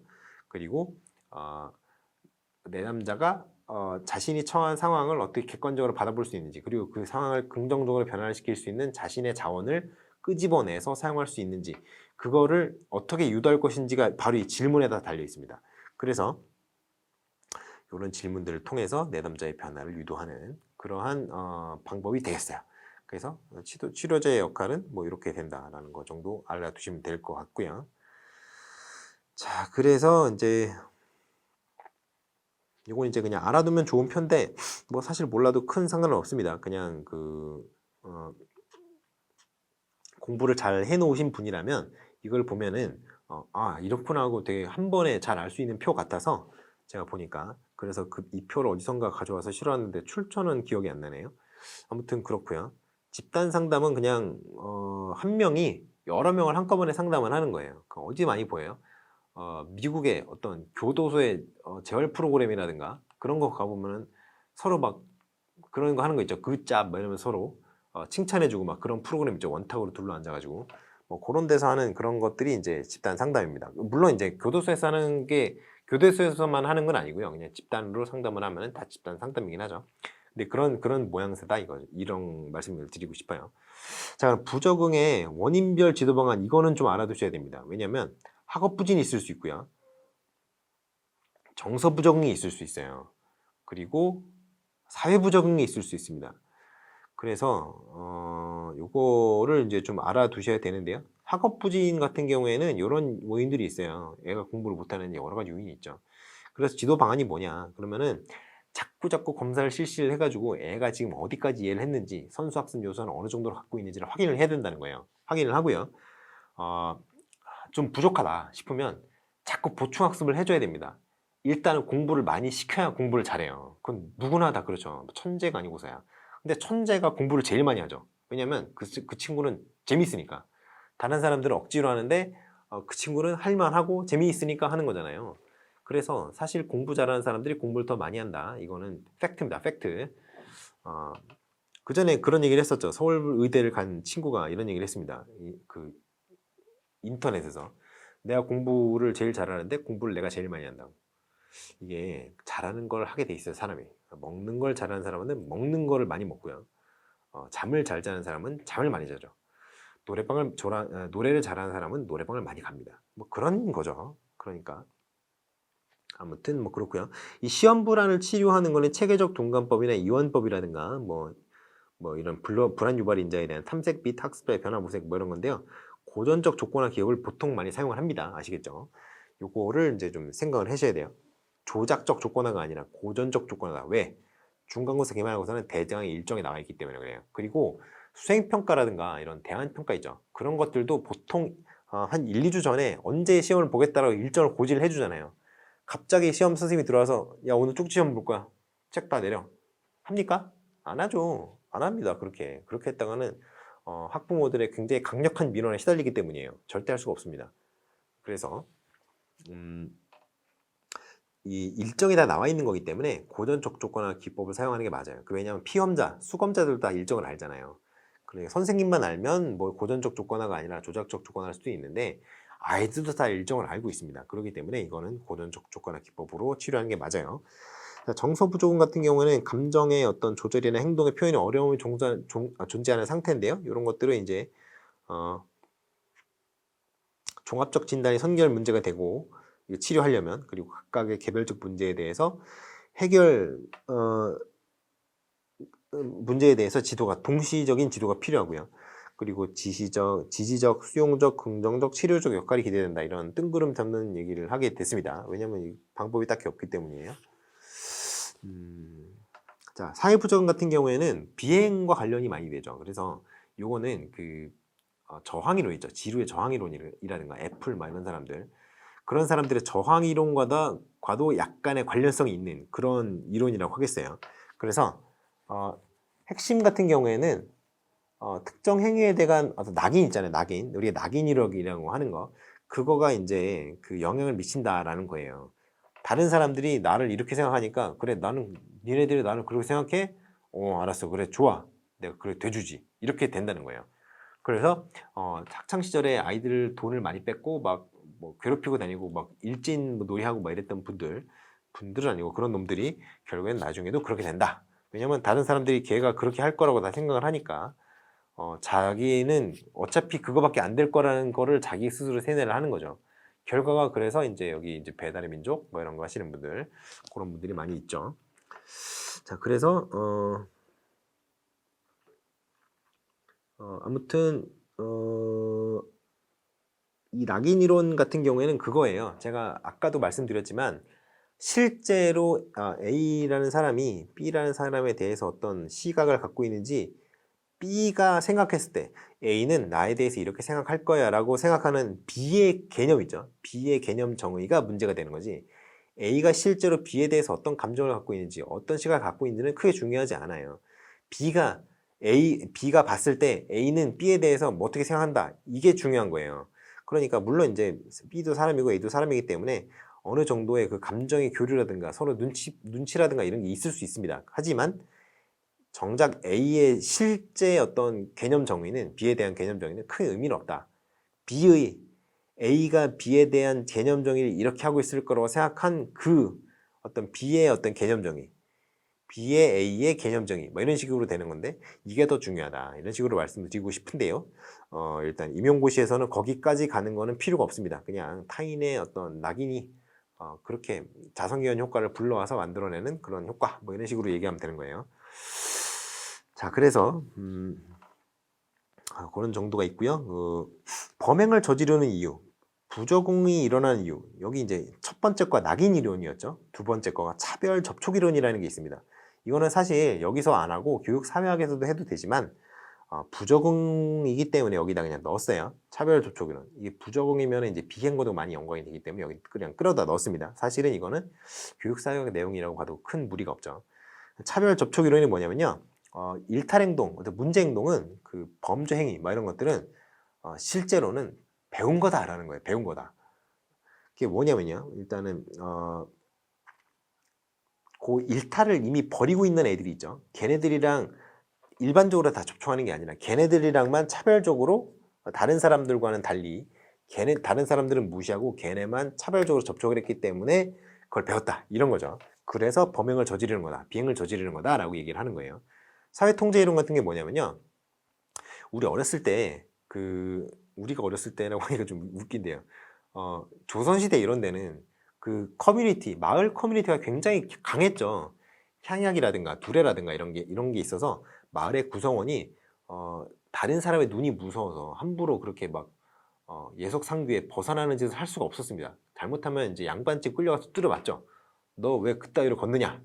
너 왜 그따위로 옷을 입느냐? 너 왜 눈깔이 그러냐? 이런 식으로 너 왜 그따위로 뭐 행동을 하느냐에 대한 어떤 제재가 있었습니다. 그때는. 근데 우리 어릴 때는 아니고요. 아무튼 옛날이죠. 옛날에 그런 게 있었는데 요즘에는 그런 게 없죠. 요즘에는 내가 나도 안 때리는 애인데 네가 뭔데 혼내 뭐 이런 게 많지 않습니까? 학교에서도 그렇고요.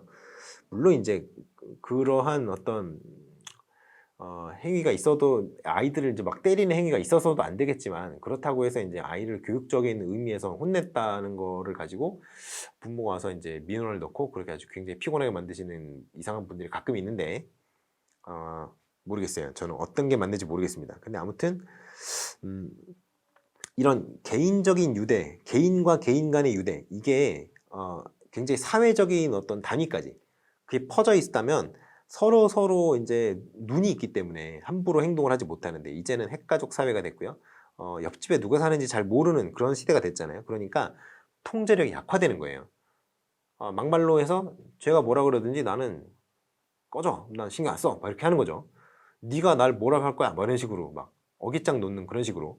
그래서 이 사회적 유대가 약해졌기 때문에 비행이 일어난다는 거예요. 그래서 이 사회적 유대를 강화시키면 비행이 줄어들지 않겠느냐 이렇게 주장하는 이론이 사회통제 이론입니다. 그래서 사회적인 유대라는 거는 통제력이랑 같은 건데 통제력에는 이런 게 있습니다. 개인 내적 통제와 개인 외적 통제. 개인 외적 통제가 이제 뭐 종교인들의 커뮤니티라든가 예를 들어 교회나 성당 나가시는 분들은 그 교회나 성당 같은 교회 같은 성당 다니시는 분들과 굉장히 친밀한 어떤 유대 관계가 있죠.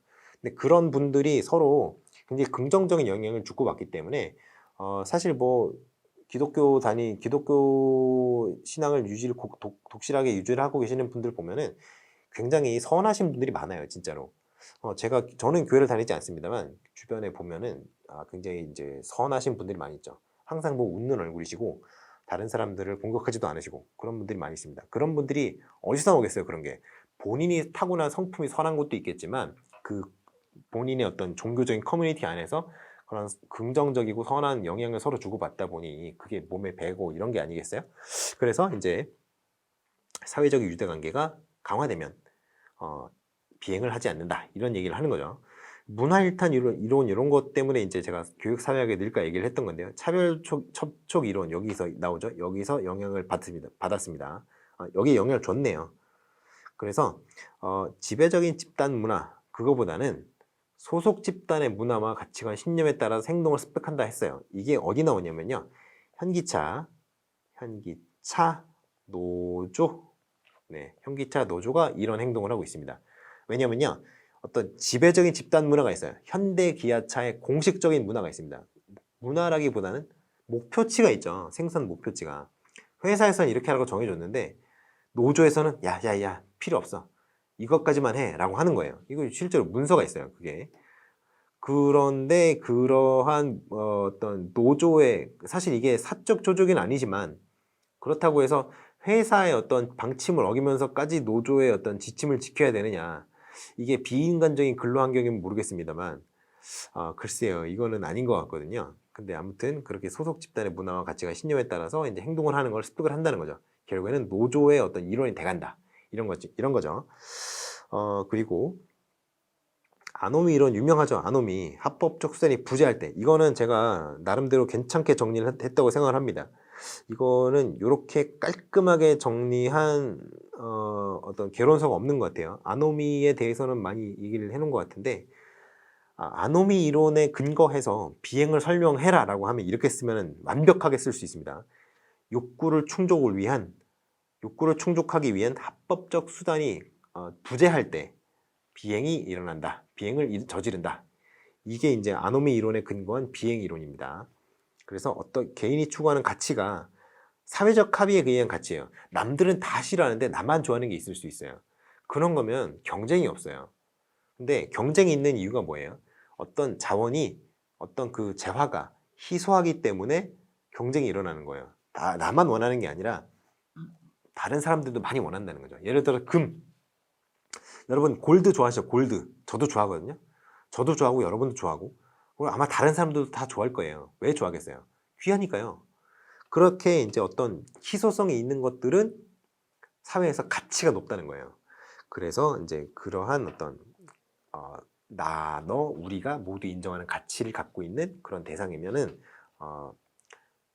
사회적인 가치를 인정을 받는데, 그 사회적인 가치를 인정받는 어떤 대상을 내가 합법적으로 살 수가 없어요. 그러니까 일탈을 하겠다 이런 거죠. 그래서 뭐 은행을 턴다든가 뭐 그런 사건 사고가 일어나는 건데, 아무튼 비행아동의 지도 방법, 요것도 좀 알아두시는 게 좋을 것 같아요. 심적 변화를 유도하거나 환경적 변화를 통해서 근본적이나 근원적으로 이제 치료를 한다거나 이런 방법을 사용할 수 있을 것 같습니다. 자, 그래요. 진로 상담 같은 경우에는 좀 중요하기도 한데요. 진로 상담 같은 경우에는 진로 상담의 어떤 기본적인 요소들, 이런 것들은 그냥 여러분들이 쭉 읽어보시고요. 이 과정은 좀 알아두셔야 됩니다. 과정. 그래서 진로 상담의 주요 영역, 이것도 알아두셔야 되고요. 그 중에 이제 자기 이해, 정보 탐색, 직업 정보, 진학 정보, 진로 의사 결정. 이게 왜 그러냐면요. 이해를 먼저 바탕으로 한 다음에 진학을 할 건지 아니면 취업을 할 건지 이걸 결정을 할 거 아니에요. 그러면 필요한 정보가 있을 거 아니에요. 인프가. 그래서 여기도 이제 인프가 필요할 거고. 이래서 이런 식으로 투 트랙으로 나가는 겁니다. 그래서 직업 정보 탐색을 한 다음에 진학 정보 탐색을 하는 게 아니고요. 요 두 가지는 거의 한꺼번에 일어난다고 생각하시면 되겠어요. 자, 직업 상담 뭐 이런 거는 필요가 없고요. 이건 뭐 필요가 없고 그냥 대충 읽어보시면 되고요. 이것도 뭐 크게 읽어볼 건 없는데 뭐 그냥 읽어보시면 됩니다. 그리고 이제 특성 요인 이런 것들 있죠. 그래서 요 파슨스는 3단계로 나눈 거를 이제 윌리엄슨이 6단계로 확장을 했다 이런 건데요. 일단은 요거 내용보다는 요거 내용이 더 중요한 것 같습니다. 강점과 약점을 포함한 개인적 성향을 충분히 이해를 할 것. 첫 번째. 두 번째가 어떤 직업이 있으면 그 직업에서 성공을 하고 싶을 거 아니에요. 어떤 직업을 가졌는데 그 직장 생활에서 완전 실패하고 패배자가 되는 걸 원하는 사람은 없을 거거든요. 그러니까 뭘 해야 그 직군에서 굉장히 성공을 할 수 있을까? 이거에 대한 정보가 필요하다는 거죠. 세 번째가 어떤 진로 상담 과정에서 이제 정보를 입수하게 돼요. 왜냐면 선생님도 알려주고 뭐 그 직업에 있는 사람도 그런 정보를 알려주고 여러 가지가 있는데 그러한 과정에서 굉장히 열심히 그런 진로에 대한 상담을 하는 그런 게 필요하다 이런 거죠. 그래서 여기는 이제 쭉쭉 읽어보시면 되고요. 단계를 이렇게 나눈 것 같은데 단계를 이렇게 3단계, 6단계 이렇게 되어 있고요. 제가 생각하기에는 요 6단계를 잘 알아두는 게 좋습니다. 6단계 윌리엄슨 요거 분석, 종합, 진단, 예측, 상담 또는 처치, 그리고 마지막에 추수 지도까지. 이게 현대의 어떤 상담 이론의 틀과 잘 맞는 데다가 더 나중에 나온 이야기이기 때문에 네, 요거를 알아두시는 게 좋을 것 같아요. 6단계짜리. 로의 욕구 이론, 요거는 뭐 크게 중요한 건 아니고요. 요거는 이 앞에 거는 중요한 게 아닌데 이게 중요합니다. 로의 욕구 이론은 아이와 부모님 간의 어떤 상호작용 유형을 나눠요. 이렇게 6가지로. 그런데 이게 좀 중요합니다. 이거가 그 미래의 어떤 직업군을 결정하는 중요한 원인으로 작용한다고 상호작용의 어떤 유형이 로우는 그렇게 주장을 하고 있죠. 그래서 과보호적 있죠. 요거 그리고 과요구적 그리고 애정적인 거. 요거 3개는 네, 인간지향적 서비스 그리고 무시적, 거부적, 무관심. 요거는 비인간지향적 이렇게 됩니다. 인간지향적, 비인간지향적. 비인간지향적이 나쁜 게 아니에요. 그게 아니라 어떤 사람의 감정이라든가 이런 걸 고려할 필요가 없는 산업기술 측면이라든가 그 IT 기술 직군이라든가 여러 가지 있죠. 뭐 과학자, 뭐 연구자 이런 것들 그런 것들과 관련이 있는 거에 좀 적합하다 이런 얘기를 하는 거죠. 그래서 로 같은 경우에는 로의 이론 같은 경우는 부모 자녀 상호작용 유형이 중요합니다. 로의 욕구 이론. 자, 2번째 홀랜드의 인성 이론. 요거는 좀 알아두셔도 돼요. 리아색. 요거 현실적 유형이 이게 리얼리스틱, 인베스티게이티브, 아티스틱, 소셜, 엔터프라이징, 컨벤셔널. 그래서 요거를 앞에 걸 따서 리아색이라고 부릅니다. 리아색. 그래서 이 성격 유형이 이렇게 6가지로 나뉜다. 요거는 좀 알아두셔야 돼요. 각각의 내용은 좀 읽어보시기 바랍니다. 근데 문제점이 있어요. 문제점이. 그래서 왜냐면 이 홀랜드의 성격 이론이 성격만 반영을 해요. 성격만. 그러면 직업이라는 건 성격으로 선택하는 게 아니잖아요. 성격에다가 능력까지 있어야 성격이 그 직군에서 요구하는 성격과 잘 맞고 그리고 직군에서 요구하는 능력까지도 잘 맞아야 그 직군에 성공을 할 수 있는데 성격만은 강조를 해요. 그러니까 그 깊이가 좀 얕다라고 말씀을 드릴 수 있고요. 그리고 뭔가 구체적인 것 같은데 구체적이지 않아요. 그러니까 좀 대충 뭉뚱그려서 얘기하는 그런 경향이 있는 거죠. 자, 그리고 이제 성격 이론을 중요시하고 있으면서도 어쩌고저쩌고 하는데 요거는 그렇다고 치고 넘어가도록 하겠습니다. 그래서 요거는 있는데요. 그냥 리아색 나온다 생각하면 될 것 같고요. 이걸 여러분이 아셔야 될 필요가 없겠죠? 네, 그렇다고 생각하면 되시겠어요. 자, 그래서 요 리아색, 요 현실적, 요 처음에 개요 부분, 개관 부분이랑 요 리아색이라는 게 있다. 이게 각각 뭐다? 주요한 내용까지는 아실 필요는 없고 제목 정도는 아셔야 됩니다. 그리고 여기 갤라트의 의사결정이라든가 블라우밀러 사회이론이라든가 이런 게 있는데 이런 거는 크게 중요한 거는 아니에요. 하지만 단계가 있는 게 있다? 그러면 알아두면 좋긴 하겠죠. 사실 이게 중요합니다. 크룸볼츠의 사회학습 이론. 요거는 좀 중요해요. 왜냐면 사회학습 이론 같은 경우에는 여러 가지 요인을 그 진로 결정의 원인으로 보고는 있는데 이제 이런 것들이 요인이 된다는 거예요. 일단 유전적 요인이랑 특별한 능력, 그리고 환경적 조건과 사건. 요거는 환경적 요인이라고 합니다. 학습 경험이 있어요. 또 도구적 학습 경험, 연상적 학습 경험이 있는데 과제 접근 기술. 그래서 요것들이 이제 쭉쭉쭉 이렇게 선행, 사건, 행동, 결과 순서로 학습이 돼서 여기 심적 요인을 결정한다라고 얘기를 하는 거예요. 그래서 진로 결정 요인이 이렇게 4가지가 있다. 근데 이렇게 나누면 환경적 요인이 2가지, 심리적 요인이 2가지 이렇게 된다 이거죠. 그래서 진로 결정 요인의 결과, 상호작용을 진로 결정 요인 요 4가지가 서로 상호작용을 하면 뭐가 나오냐면 이렇게 4가지 유형으로 나타난다고 얘기를 하는 거예요. 자기결정 일반화, 세계관 일반화, 과제적 기술, 생계산출 이렇게 나타나는데 그 내용들은 각각 읽어보시기 바랍니다. 그리고 여기는 이제 크게 중요하진 않은데 수퍼는 가끔가다 물어보시는 분이 계신 것 같아요. 여기 티에드만 오하라의 자해정체감 형성이론. 그래서 이것도 그냥 쭉쭉 다 읽어보시기 바랍니다. 상담이론을 쭉 요약을 하자면 이렇게 되는데 이 정도 하면 대충 상담이론은 생활지도 상담, 직업 상담까지 대충 커버를 한 것 같아요. 그러면 잠시 쉬고 와서 보시도록 하죠.